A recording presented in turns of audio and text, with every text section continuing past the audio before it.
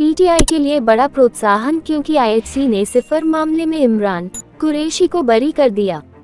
एक और बड़ी राहत में इस्लामाबाद उच्च न्यायालय आईएचसी ने सोमवार को पीटीआई के संस्थापक इमरान खान और पूर्व विदेश मंत्री शाह महमूद कुरैशी को सिफर मामले में बरी कर दिया। आईएचसी के मुख्य न्यायाधीश आमिर फारूक और न्यायमूर्ति मियानगुल हसन औरंगजेब ने मामले में उनकी दोषसिद्धि के खिलाफ पूर्व प्रधानमंत्री और राजनेता की अपील स्वीकार करने के बाद संक्षिप्त फैसले की घोषणा की। अदालत के आदेश, जिसकी प्रतियां don.com के पास उपलब्ध हैं, में कहा गया है कि उन्हें तुरंत रिहा कर दिया जाएगा अगर उन्हें किसी अन्य मामले में कैद नहीं किया गया है। इदत मामले में इमरान की सजा के कारण दोनों के जेल से रिहा होने की उम्मीद नहीं है, जबकि कुरैशी को हाल ही में 9 मई के मामलों में गिरफ्तार किया गया था। इदत मामला आज दूसरे न्यायाधीश को स्थानांतरित कर दिया गया, जबकि कुरैशी 5 जून बुधवार तक शारीरिक रिमांड पर है। आधिकारिक गोपनीयता अधिनियम के तहत स्थापित एक विशेष अदालत ने जनवरी में मामले में इमरान और कुरैशी दोनों को 10-10 साल की जेल की सजा सुनाई थी, जब न्यायाधीश अबुल हसन जुल्कारनैन ने उनके लिए एक राज्य वकील नियुक्त किया था।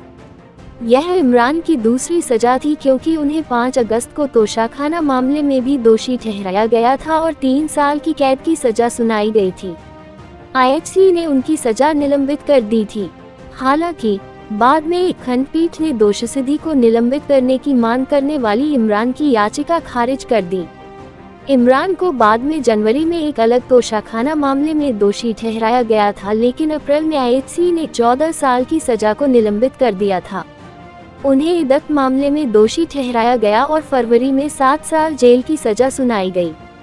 सिफर मामला एक राजनयिक दस्तावेज से संबंधित है, जिसे संघीय जांच एजेंसी एफआई के आरोप पत्र में तत्कालीन प्रधानमंत्री इमरान द्वारा कभी वापस नहीं किया गया था, जो लंबे समय से मानते थे कि दस्तावेज में उनकी सरकार को गिराने के लिए अमेरिका से खतरा था। नेशनल असेंबली में विपक्ष के नेता उमर अयूब ने फैसले की सराहना की और उनकी तत्काल रिहाई का आह्वान किया। नेता और पार्टी के लिए एक बड़ा दिन। एक फर्जी, तुच्छ और धोखाधड़ी वाला मामला आईएचसी द्वारा पैकिंग करके भेजा जाता है।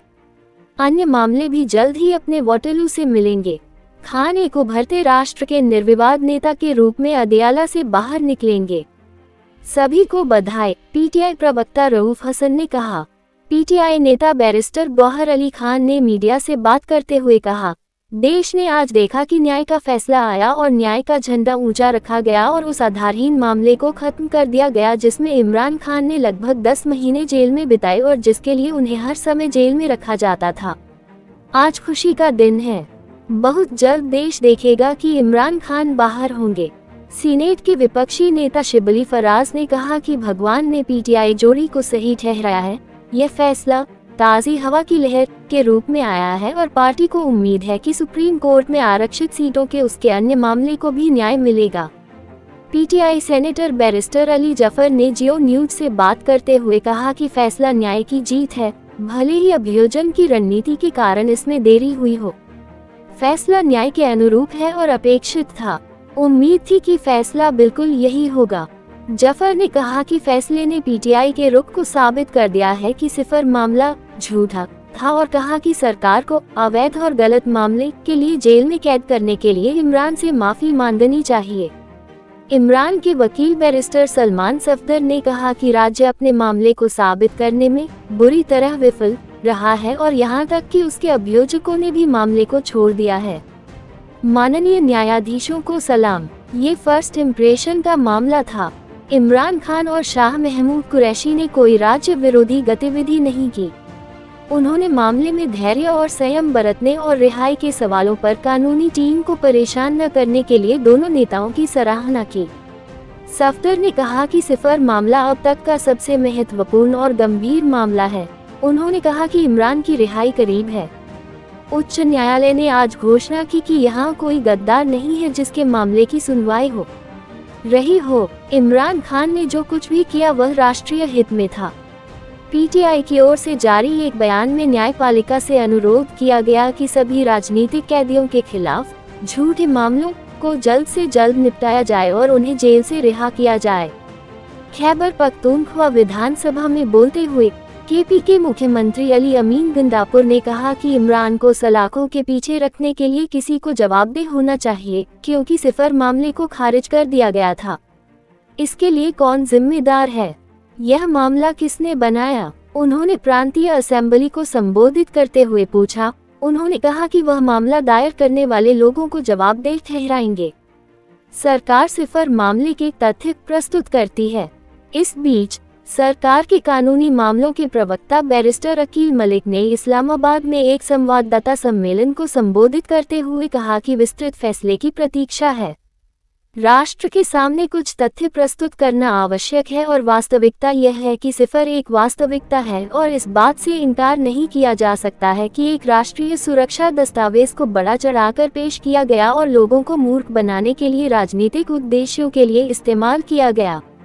यह एक तथ्य है कि इसे एक राजनीतिक रैली में लहराया गया था और आप सभी जानते हैं कि पीटीआई संस्थापक ने अपने राजनीतिक उद्देश्यों के लिए एक गोपनीय पाकिस्तानी दस्तावेज को लहराया और इस्तेमाल किया। इस बात से भी इनकार नहीं किया जा सकता कि एक सिफर कॉपी गायब है और वह कॉपी प्रधानमंत्री के पूर्व प्रमुख सचिव आजम खान ने अपने बयान में स्पष्ट रूप से दर्ज की है कि कॉपी गायब है और विदेश मंत्रालय को वापस नहीं की गई थी। उन्होंने कहा कि राष्ट्रीय सुरक्षा के मुद्दे बहुत गंभीर हैं जिनके साथ कई महत्वपूर्ण चिंताएं जुड़ी हुई हैं। मैं बिल्कुल स्पष्ट कर दूं, राष्ट्रीय सुरक्षा से बढ़कर कुछ भी नहीं है। उन्होंने कहा कि विस्तृत अदालती आदेश आने के बाद अभियोजन पक्ष तय करेगा कि फैसले को उच्चतम न्यायालय में चुनौती दी जाए या नहीं। मलिक ने कहा, एक बात जो स्पष्ट है वह ये है कि शायद सम्मानित अदालतों को भी इस संदर्भ में देखना चाहिए था कि जब राष्ट्रीय सुरक्षा का मामला आता है तो यह एक बहुत ही संवेदनशील और जटिल मुद्दा है। उन्होंने आगे कहा, बेहतर तरीका ये होता कि इसे राष्ट्रीय सुरक्षा के संदर्भ में देखा जाना चाहिए था और मामले को दोबारा सुनवाई के लिए भेजा जाना चाहिए था। मलिक ने कहा कि फैसला एक पैंडोरा बॉक्स खोलने जैसा है जो किसी भी राजनेता को राष्ट्रीय सुरक्षा से संबंधित संवेदनशील दस्तावेजों को खतरे में डालने में सक्षम बनाएगा। पूर्व प्रधानमंत्री और कुरैशी, जो सलाखों के पीछे हैं, को पहली बार अक्टूबर में मामले में दोषी ठहराया गया था। दोनों ने खुद को निर्दोष बताया था। आईएचसी ने जेल मुकदमे के लिए सरकार की अधिसूचना को गलत करार दिया था और पूरी कार्यवाही को रद्द कर दिया था। 13 दिसंबर को मामले में इमरान और कुरैशी को दूसरी बार दोषी ठहराए जाने के बाद विशेष अदालत ने दिसंबर में अदियाला जिला जेल में नए सिरे से सिफर सुनवाई शुरू की थी। 22 दिसंबर को सुप्रीम कोर्ट ने इमरान और कुरैशी की गिरफ्तारी के बाद की जमानत को मंजूरी दे दी थी। जहां इमरान अन्य मामलों में जेल में बंद रहे, वहीं कुरैशी की अपेक्षित रिहाई भी रुक गई क्योंकि उनके साथ दुर्व्यवहार किया गया और 9 मई के एक नए मामले में उन्हें फिर से गिरफ्तार कर लिया गया। कुछ दिनों बाद न्यायमूर्ति औरंगजेब ने विशेष अदालत को 11 जनवरी तक कुरैशी सहित संदिग्धों के खिलाफ कार्रवाई करने से रोक दिया था, ये देखते हुए कि मामले में कानूनी त्रुटियां थीं। हालांकि राज्य के वकील द्वारा गवाहों के बयान नए सिरे से दर्ज किए जाने के आश्वासन के बाद जनवरी में बंद कमरे में सुनवाई पर रोक का आदेश वापस ले लिया गया था। 18 जनवरी को विशेष अदालत ने पूर्व प्रमुख सचिव आजम खान समेत 5 गवाहों के बयान दर्ज किए थे। अन्य गवाहों में अनीसुर रहमान, जावेद इकबाल, हिदायतुल्लाह और मोहम्मद अशफाक शामिल थे। आजम खान ने दावा किया कि सिफर कभी उनके कार्यालय में वापस नहीं आया और उन्होंने प्रधानमंत्री, उनके सैन्य सचिव के साथ साथ संबंधित कर्मचारियों को कई बार सूचित किया था। अगले दिन कार्यवाहक सरकार ने आईएचसी के 21 नवंबर के फैसले को चुनौती देते हुए सुप्रीम कोर्ट का दरवाजा खटखटाया, जिसने मुकदमे को अवैध घोषित कर दिया। बाद की सुनवाई में इमरान ने दावा किया था कि सिफर अभी भी विदेश मंत्रालय के पास है और उन्हें राजनयिक केबल का एक नया संस्करण प्राप्त हुआ है। 22 जनवरी को विशेष अदालत ने पूर्व विदेश सचिव सुहेल महमूद और पूर्व आंतरिक सचिव यूसुफ नसीम खोखर सहित अन्य 4 गवाहों के बयान दर्ज किए।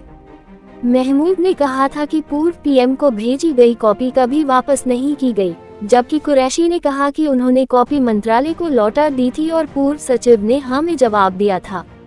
अगले दिन अभियोजन पक्ष के 6 और गवाहों ने अपने बयान दर्ज कराए।